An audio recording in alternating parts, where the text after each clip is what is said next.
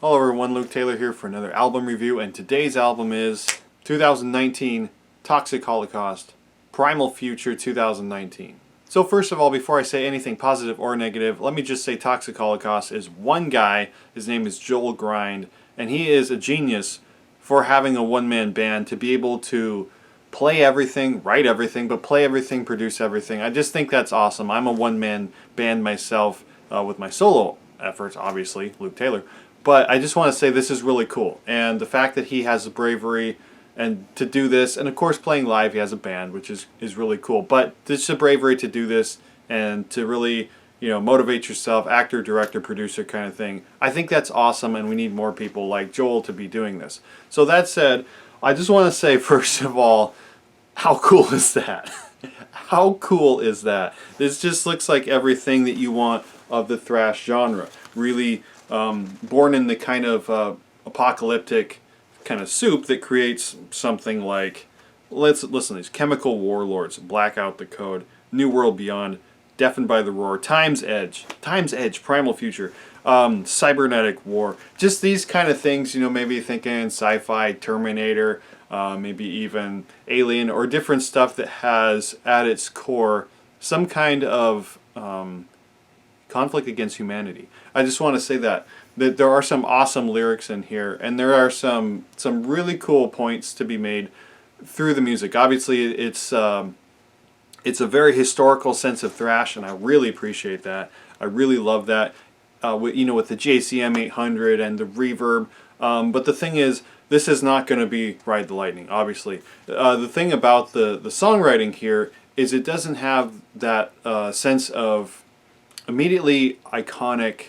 And I know that it's kind of hard to compare to something like Ride the Lightning, because that's the only reason we have people like, this. So the whole point is that it's hard to look back on something that's already so historically embedded in our musical consciousness and compare something.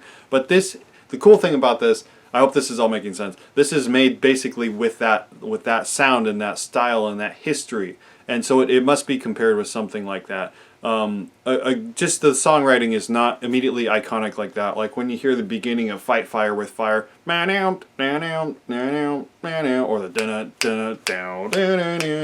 For Whom the Bell Tolls, Creeping Death, that kind of stuff. It doesn't have that punch and that energy, but it does have something that's really cool, which is just this kind of style and confidence, which I really appreciate. There's so many cool riffs. The beats are awesome. It just has that incredible pocket, that thrash has, or it has the up-tempo stuff that has the cool swagger. It really has that. His riffs are fantastic.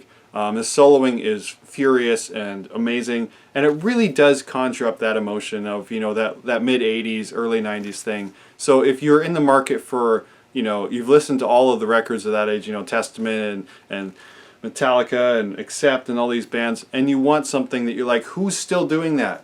Get this. Trust me, get this. The only knock I have against this is the production and the singing. And it's not that the singing is bad in any way. It's just that it's really one note.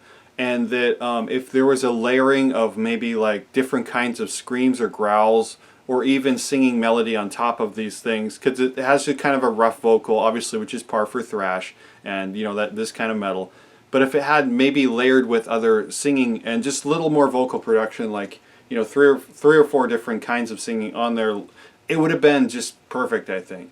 And that really kind of takes away from the energy a little bit, because if you think of those famous thrash singers, you think of like James Hetfield. Yeah, he's known for this kind of like almost theatrical energy. Of course, Dave Mustaine too. Such a distinctive tone that he has. So I just think that there could have been more production in the singing. Layering of vocals is all I could think of. Yeah, that's about it. So overall, this is a really cool record, very cool historic thrash. If you want some more thrash, some underground thrash, get this. My rating, bronze.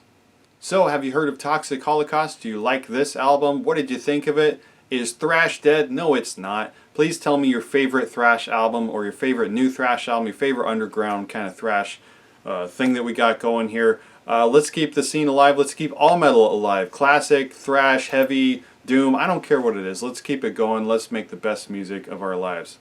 Hope you love this review. Please check out all my other reviews and all the other videos on this channel. Take care, have a great day. See you later.